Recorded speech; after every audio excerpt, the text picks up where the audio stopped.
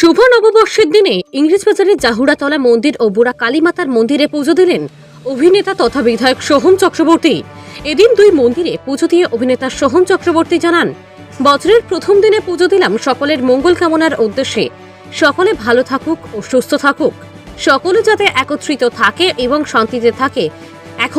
এছাড়াও তিনি তার ফ্যান ফলোয়ারদের শুভেচ্ছা জানান। এদিন বিধায়ক তথা অভিনেতার সাথে পুজো দিয়েছিলেন ইংরেজবাজার পৌরসভার পৌরপ্রধান কৃষ্ণেন্দু নারায়ণ চৌধুরী, মালদা জেলা তৃণমূল কংগ্রেসের সাধারণ সম্পাদক প্রসূন ঘোষ ও প্রসেনজিৎ দাস। মালদা থেকে উজ্জ্বল পালের রিপোর্ট, নিউজ টাইম 24x7। বললাম তো ওটা লাইভ ছিল। হ্যাঁ লাইভ ছিল, এটা একটু বক্তব্য বলবো। বলছি কি বার্তা দিবেন? ওটা করবে তো বাকি থেকে যাচ্ছি বলছি কি বার্তা দেবেন দাদা? বার্তা এটাই, নববর্ষ আমাদের বাঙালির কাছে অত্যন্ত, আজকের দিনটা প্রচণ্ড গৌরবময় একটি দিন, মানে এটা একটা রীতি সংস্কৃতি। সুতরাং আজকে এই প্রথম দিনে, পবিত্র দিনে আমি সকলকে বলবো সকলে ভালো থাকুক, সুস্থ থাকুক, এবং মায়ের কাছে এখানে আমি সেই প্রার্থনাই করলাম যাতে সবাই একত্রিত থাকি, শান্তিতে থাকি, সুস্থ থাকি, এবং এই মানসিকতাও নিয়ে থাকি যাতে সবাইকে ভালো রাখতে পারি। আপনার যে ফ্যান ফলোয়ারদের জন্য কি বার্তা? তাদেরকেও আমার সমান শুভেচ্ছা, তারাও খুব ভালো থাকুক, এবং তারা যেভাবে যে সহযোগিতা, যে শুভেচ্ছা আমাকে দিয়ে এসছে, যে আশীর্বাদ তারা করে এসছেন, সেই আশীর্বাদকে পাথেয় করে আমি আগামী দিনে পথ চলতে চাই।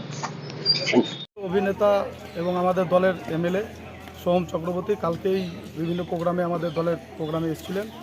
আজকে উনি কালকে বলে আমাকে যে একটু জহরতলার কয়েকটা মন্দিরে পুজো দেবো, তার উদ্দেশ্যে আমরা আজকে এখানে এসেছিলাম। জহরতলা কালী মন্দিরে পুজো দিয়ে আজকে নববর্ষের দিন সবাইকে শুভেচ্ছা দিয়ে উনি আজকে কলকাতা ফিরে গেলেন।